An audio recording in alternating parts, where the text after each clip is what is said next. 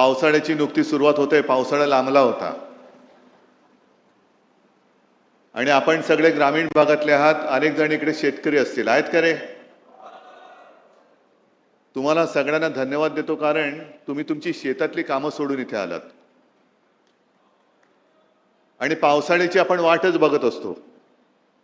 कारण एकदा का पाऊस पडला की नवीन कोंब फुटतात. तसा हा माझा पावसाळा आहे. सगळ्या कार्यकर्त्यांचा प्रेम हा माझा पावसाळा आहे.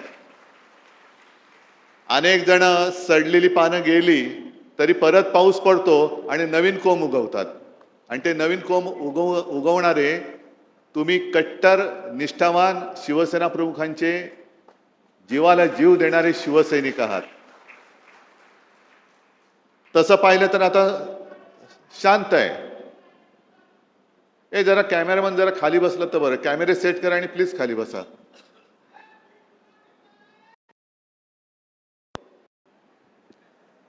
पहिला गद्दाराचा समाचार गेला,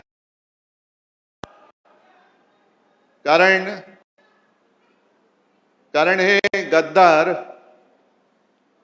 काही वेळेला माझी चूक होते आणि म्हणून पहिला प्रथम माझं कर्तव्य आहे की माझ्या सांगण्यावरून जे तुम्हाला मी एक बुजगावणं दिलं होतं त्याला अक्षरशः रक्ताचं पाणी करून समोरून पावसाचा धबधबा पडत होता तरी देखील कशाची तमा न बाळगता तुम्ही निवडून दिलात. त्याच्याबद्दल मी तुमच्या सगळ्यांची तर माफी मागतोच, पण तमाम या यवतमाळ आणि वाशिम लोकसभा मतदारसंघातील मतदारांची माफी मागतो की तुम्ही केवळ आणि केवळ शिवसेना प्रमुखांचा चेहरा आणि माझा शब्द या भरोश्यावरती या गद्दाराला निवडून दिला होता. पण आपण त्याला मतदान करताना बोटाला काळी शाई लावलीच, पण त्यांनी गद्दारी करून आपल्या विश्वासाला काळं फासलेलं आहे आणि याचा जाब विचारण्याचा अधिकार तुम्हाला आहे. जाब विचारला पाहिजे. शेवटी गद्दारांच्या कळपात गेला. आता गद्दारांचा कळप म्हणजे काय की 3-4 वर्षापूर्वी गद्दार शिरोमणी जो बसला तिकडे मिंदे, त्यांनी 40 आमदार फोडले आणि या विदर्भामध्ये जेव्हा बैल पोळा होता तेव्हा त्या बैलांवरती लिहिलं होतं 50 खोके एकदम ओके. आता मला सांगा, तेव्हा आमदाराचा भाव 50 असेल, 50 खोके, तर खासदाराचा किती असेल? म्हणजे हा एक धंदा झालाय. निवडून यायचं. असा शेतकरी, आता तू बोललास ना रे दादा, पीक विमा मिळालेला नाहीये, हमी भाव मिळत नाहीये, पण निवडून यायचं, आपला हमी भाव वाढवायचा आणि विकून टाकायचं सगळं काही. मी मुद्दामून एक क्लिप इकडे ऐकवणार आहे तुम्हाला की शेवटी फसगत कशी होते. 1 मिनिट थांबा.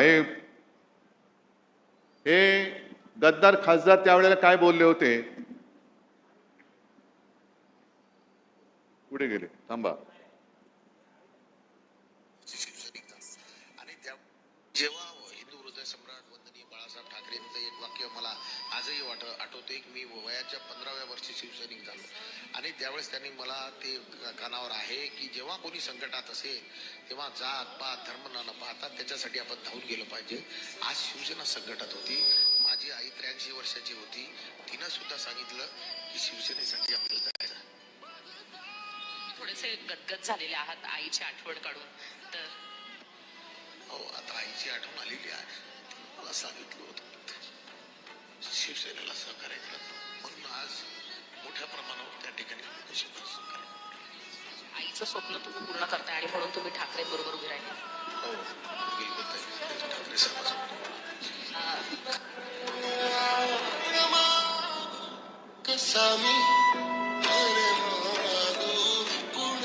हे ऐकायला आलं का तुम्हाला?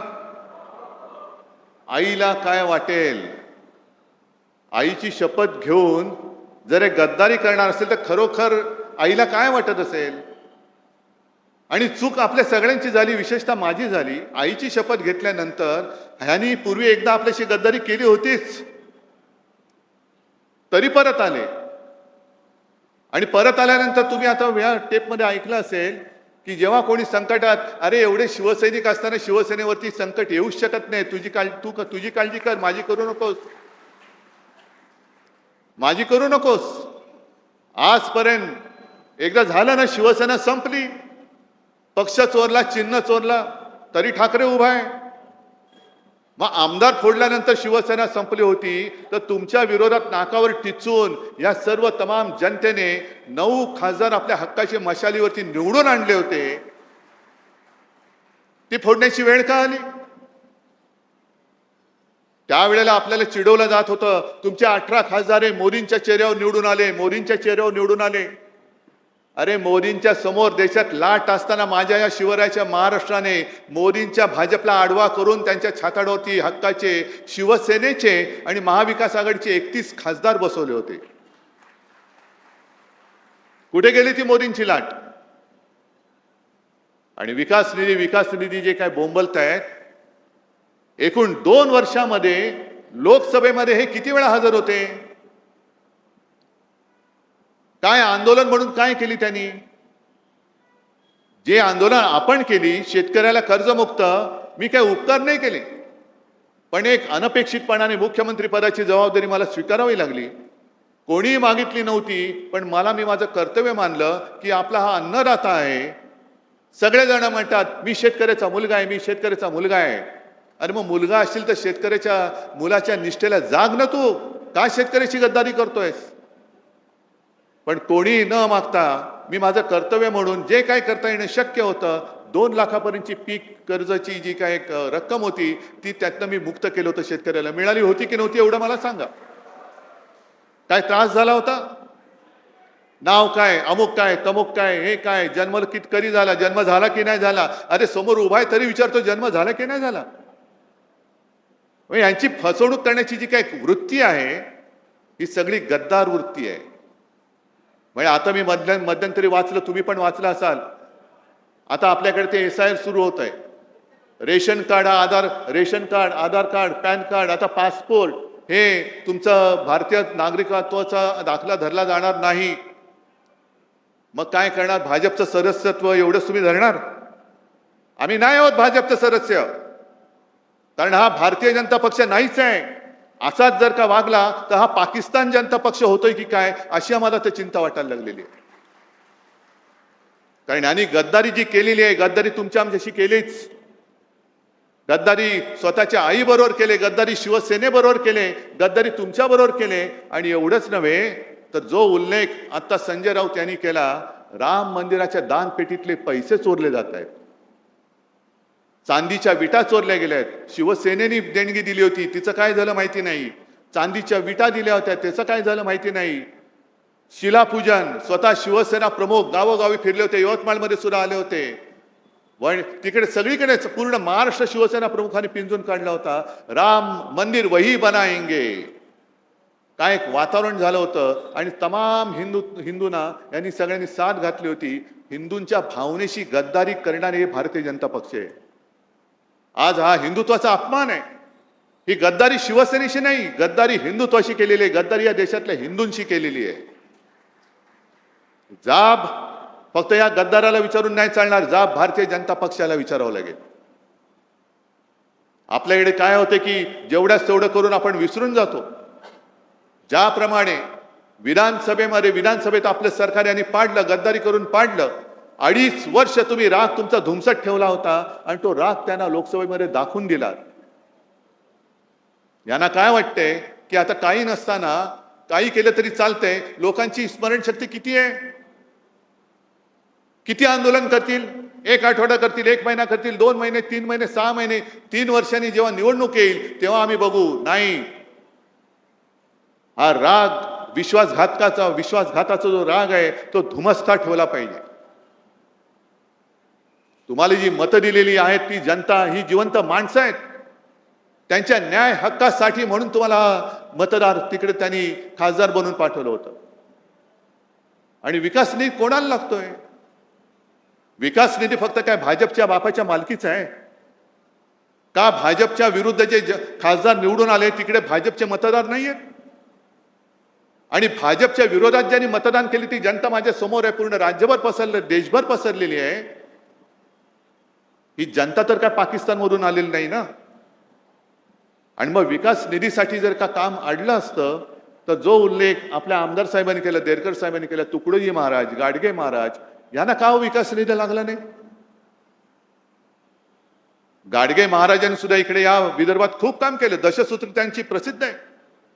जो भुकेला असेल त्याला अन्न देणं, जो तहानलेला असेल त्याला पाणी देणं, ज्याच्याकडे घर नाही त्याला घर देणं, ज्याच्याकडे वस्त्र नाही त्याला वस्त्र देणं आहे. आणि त्यांनी उभं केलं, एक समाजकार्य उभं केलं, स्वच्छता मोहीम राबवली. कुठे विकास निधी वाचून त्यांचं काम अडलं होतं?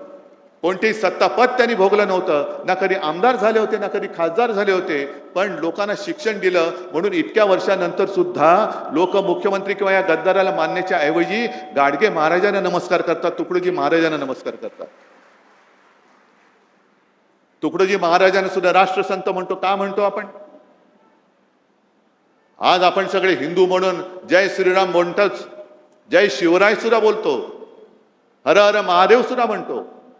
तसंच तुकडोजी महाराजांची जी काही भजनं होती त्या भजनातनं त्यांनी एक राष्ट्रभक्तीचं बीज रोवलं, ते या विदर्भामध्ये रोवलं आहे. त्यांच्याकडे पैसा अमाप आहे, साधन सामुग्री अमाप आहे. आमच्याकडे काय आहे? आमच्याकडे जिवंत माणसं आहेत. आणि तुकडोजी महाराज जे बोलले होते, तुकडोजी महाराज जे बोलले होते, जे शब्द, कदाचित शब्द मला आता पूर्ण शब्दाच्या आठवणार नाही. पत्थर सारे बॉम्ब बनेंगे, भक्त बनेगी सेना, झाडू झडेले शस्त्र बनेंगे, नाव लगेगी किनारे. काय नाही तर आहेत ना, दगड आहेत ते बॉम्ब बनतील. सगळी माझी भक्तांची सेना आहे, ते सैन्य होईल. हातामध्ये जे काही आहे ते शस्त्र होईल. आणि त्यातनं आपल्याला स्वातंत्र्य मिळालेलं आहे. स्वातंत्र्य हे निवडणूक जिंकून मिळालेलं स्वातंत्र्य नाहीये, तर इंग्रजांशी लढून मिळवलेलं स्वातंत्र्य आहे. मग तेव्हा लोकमान्य टिळक बोलले असते, काय करणार, विकास निधी मिळत नाही. महात्मा गांधी बोलले असते, विकास निधी मिळत नाही. कशाला? आज जे तिकडे बसलेत फोडाफोडी करणारे, त्यांनाच मी विचारतोय. अटलजी तर गेले, अडवाणी साहेब आज त्यांना तुम्ही अडगळीत टाकले. काँग्रेसशी लढत असताना यांना कधी विकास निधी चणचण भासली नाही ती? अटलजी आणि अडवाणीजी कधी जर त्यांनी असं म्हटलं होतं आम्ही आता काँग्रेसमध्ये जातो कारण आम्हाला विकास निधीच मिळत नाही, तर मोदींचा राजकीय जन्म झाला असता का? अमित शहाचा राजकीय जन्म झाला असता का? आणि यांना फोडाफोडी का करायचे? तर तोच की तुमचे प्रश्न, तुमच्या प्रश्नापासून तुमचं दुर्लक्ष झालं पाहिजे. पीक विमा नाही मिळाला तरी चालतंय, तुम्हाला दुसरं काहीतरी दिलं का तुम्ही त्याच्या मागे लागता. शेतकऱ्याला हमी भाव नाही मिळाला तरी चालतंय, त्याला दुसरं काहीतरी दिलं का तो त्याच्या मागे लागतो. त्याचं आयुष्य हे नेहमी संकटातच राहिलं पाहिजे. तो जोपर्यंत संकटात आहे तोपर्यंत तो माझ्या दारात उभा राहणार. ही परिस्थिती आता बदलायला पाहिजे. हा गद्दार जिथे सापडेल तिकडे तुम्ही त्याला जा विचारलं पाहिजेस, मी तुला निवडून आणलेस का, तू माझ्याशी गद्दारी केलीस? मी माझ्या रक्ताचं पाणी केले, मी माझं रक्त आटवलेलं आहे. समोरनं पैसे अरे आत्ता तुला मिळतायत, त्यावेळेला मला सुद्धा जर पैसे मिळाले असते तर मी सुद्धा तुला पाडू शकलो असतो. पण मी भगव्याला आणि शिवरायाच्या निष्ठेला जागलो म्हणून, आणि म्हणून तू खासदार झालाय. तुला काडीची किंमत नव्हती, तू बोल तू गद्दारी का केलीस? पुढचे 3 वर्ष हा कार्यक्रम तुम्हाला करावा लागला. आहे हिंमत तुमच्यामध्ये? कारण मी मुद्दामून आलोय. जसं त्यांनी मला सांगितलं, काय झालं 2 आठवड्यापूर्वी एक खासदारांची बैठक घेतली, तेव्हा हे महाशय मला म्हणाले, साहेब घरी सोयरीक जुळवायचे, पाहुणे येणार आहेत, मी व्हिडिओवरनं आलो तर चालेल का? आता घरचं कार्य शुभ कार्य म्हटल्यानंतर मी नाही बोलू शकतो. आता मला काय माहित, मुलीची सोयरीक जुळवताना ह्यांची सोयरीक तिकडे जुळवतील. ह्यांच्या हे पाहुण्यांकडे चालले होते का पाहुणे यांच्याकडे येत होते? सोयरीक ह्यांची जुळत होती, पण सांगितलं मुलीची सोयरीक जुळत आहे. मग मी रात्री फोन केला, म्हटलं काय जुळला का? हो जुळला की म्हणे. जुळलं, 2 दिवसांनी कळलं, गेले सासरी. आता नांदा तिकडे गद्दारांच्या कळपामध्ये नांदा, गद्दारांच्या लांडग्या म्हणजे त्या कळपामध्ये नांदा. इकडे वाघाचं जीवन जगत होता, तिकडे गाढवाचं जीवन जगा. जे ओझं तुमच्या पाठीवर टाकलं जाईल ते वाहत राहा. अरे प्रेम देणारी संघटना फक्त शिवसेना आहे. दुसरा या जगात दुसरा पक्ष नाही की जो फक्त आणि फक्त प्रेमाच्या भावनेवरती जिवंत राहतोय. आणि म्हणून मी आज तुमच्याकडे आलेलो आहे. जसं त्यांनी सांगितलं ना की मी माझ्या कार्यकर्त्यांशी बोलेन, तसं मी तुमच्याशी बोलतो. मी करतोय ते बरोबर करतोय की चूक करतोय? मी लढायला उभा आहे, मी नाही हटणार. कारण जिथे जिथे अन्याय दिसेल तिकडे मी लाथ मारणार म्हणजे मारणार. सोबत राहणारच की नाही? जे खरं हिंदुत्व आहे, हे खरं हिंदुत्व हे माणुसकी शिकवणार आहे. मंदिर लुटणारं हिंदुत्व आमचं हिंदुत्व आम्ही ते तुमचं हिंदुत्व मानू शकत नाही. आणि राम मंदिराचा सुद्धा प्रश्न हा पूर्ण देशामध्ये खरा म्हणजे हिंदूंना जागृती आली पाहिजे. आज संजय राऊत यांनी एक चांगला अग्रलेख लिहिला आहे सामनामध्ये. सामना तुमच्याकडे येत नसेल तर सामना.com वरती जाऊन मुद्दामून वाचा. हे मरे मरे जे सगळ्यांनी मोर्चे काढले ना, सकल हिंदू समाज, हिंदू जनजागृती, आता का झोपलात? आता का झोपलात? आम्हाला आता भाजपा मुक्त राम पाहिजे आणि त्याच्यासाठी शिवसेना लवकर आंदोलनाला सुरुवात करणार आहे. भाजप मुक्त राम. जो एक विळखा या भोंदूंच्या गरड्यामध्ये राम आमचा प्रभू श्रीराम सापडलेला आहे, त्या श्रीरामाला त्या भोंदू हिंदूंकडनं सोडवण्यासाठी शिवसेना पुढाकार घेईल आणि शिवसेना पहिली ठिणगी महाराष्ट्रामध्ये टाकेल. आणि तेव्हा मला गद्दारांना विचारायचे, जे बाळासाहेबांचे विचार, हे बाळासाहेबांचे विचार आहेत, आहे तुमच्यामध्ये हिंमत? त्या गद्दाराला विचारा, हिंमत आहे? जाऊन विचारू शकता तुम्ही मोदींना? पीक विमा का मिळाला नाही? लोकसभेमध्ये तोंड उघडू शकता? आहे हिंमत? शेतकऱ्याला हमी भाव मिळत नाही, शेतकऱ्याच्या आत्महत्या चाललेल्या आहेत, नीटचे पेपर फुटतायत, महिलांवरती अत्याचार वाढतायत, राम मंदिर लुटलं जात आहे, मध्य प्रदेशमध्ये तिथले मुख्यमंत्र्यांच्या नावाने लूट चालू आहे. हे सगळे प्रश्न विचारण्याचं धाडस या गद्दारांच्या रक्तात आहे का? शिल्लक राहिलंय का? की तुमचं रक्त हे गद्दारीने नासून टाकलेलं आहे? हा जो स्वाभिमान आहे, ही जी हिंमत आहे, ही जी धमक आहे, म्हणून शिवसेना पाहिजे. हे शिवसेना का संपवायला निघालेत? मला कोणी प्रश्न नाही विचारायचा. प्रश्न विचारण्याचं धाडस फक्त शिवसैनिक करू शकतो. म्हणून शिवसेना संपवा. नाही संपू शकत. जोपर्यंत प्रश्न संपत नाहीत, जोपर्यंत हा हृदयामध्ये आग लागलेला शिवसैनिक संपू शकत नाही, तोपर्यंत ठाकरे आणि शिवसेना कोणी संपू शकणार नाही. आणि या पुढचा काळ जो आहे, हा काळ यांनी बरोबर असा निवडलेला आहे की निवडणुका नसतानाही फोडाफोडी करून टाका. आणि फोडाफोडी आपल्याला किती लोकांना आठवत असेल की लोकसभेच्या वेळेला जेव्हा मी आलो होतो तेव्हा त्यांची घोषणा काय होती? अबकी बार 400 पार. आणि मी घोषणा दिली होती अबकी बार तडीपार. आता तेच त्यांचं काम सुरू आहे. कारण यांना काय करायचंय? डॉक्टर बाबासाहेब आंबेडकरांनी लिहिलेल्या घटनेमध्ये बदल करायचंय. 2/3 बहुमत 400 पार निवडणुकीत नाही झालं तर फोडाफोडी करून कर. आणि एकदा का संख्या झाली का मग घटना बदल, घटनेत पाहिजे तसे बदल करून टाक. समोर आहे कोण विचारायला? कारण सगळेच फोडलेले आहेत, सगळेच त्यांनी पक्षात घेतलेले आहेत. ही सगळी गुलामगिरीची राजवट आणि हुकुमशाहीची राजवट ही रोखण्यासाठी बाकी देश उठेल तेव्हा उठेल, पेटेल तेव्हा पेटेल, पण निदान साधू संतांची परंपरा लाभलेला, उगाच आपण बोलत नाही शाहू फुले आंबेडकर, छत्रपती शिवाजी महाराज, तो परंपरेला लाभलेला महाराष्ट्र हा जागा राहणार आहे की नाही? आणि त्यांच्या समोर उभा राहून त्यांना प्रश्न विचारणार आहे की नाही? हा प्रश्न मी तुम्हाला विचारतोय. हे काम एवढं सोपं नाहीये. नुसतं गद्दार झाला म्हणून त्याला 4 शिव्या दिल्या नाही. त्यांनी गद्दारी का केली? तर तुमचं स्वातंत्र्य हिरावून घेण्यासाठी तो त्या गद्दारांच्या कळपात सामील झालेला आहे. तुमचं स्वातंत्र्य तुम्ही कोणाला असं हिरावून देणार आहात? मग आजपासून कामाला लागला पाहिजे पुढचा खासदार हा पुन्हा एकदा आपल्या भगव्याचा कट्टर शिवसेना एकच. गद्दार सेना म्हणजे शिवसेना नाही. कोणी उपरा आला आणि कोणाचंही नाव कोणाला दिलं आम्ही मानायला तयार नाही, उपऱ्याला मानायला तयार नाही. शिवसेना फक्त एकच, भगवा फक्त एकच. आणि त्या भगव्याचा शिवसेनेचाच खासदार 2 वर्षांनी 3 वर्षांनी, कारण हिंमत तर होणार नाही राजीनामा देण्याची, जेव्हा केव्हा निवडणूक होईल तेव्हा परत आपला खासदार निवडून आणण्यासाठी आजपासून तयारीला लागा.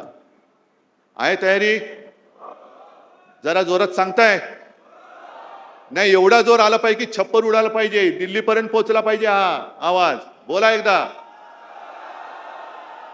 चला, तुम्हाला सगळ्यांना मी खास धन्यवाद देतो आणि नम्रपणाने सांगतो की जोपर्यंत तुम्ही माझ्या सोबत आहात तोपर्यंत मी कोणाला घाबरत नाही. जोपर्यंत तुम्ही माझ्यासोबत आहात तोपर्यंत कोणी किती प्रयत्न केले तरी ठाकरे काय शिवसेना ही कोणी संपू शकणार नाही. आणि तो विश्वास माझ्यात आहे आणि त्या विश्वासाच्या जोरावर या अन्यायाला तोडून फोडून टाकल्याशिवाय मी राहणार नाही. एवढं एक वचन मी आपल्याला देतो आणि आपली रजा घेतो. जय हिंद, जय महाराष्ट्र.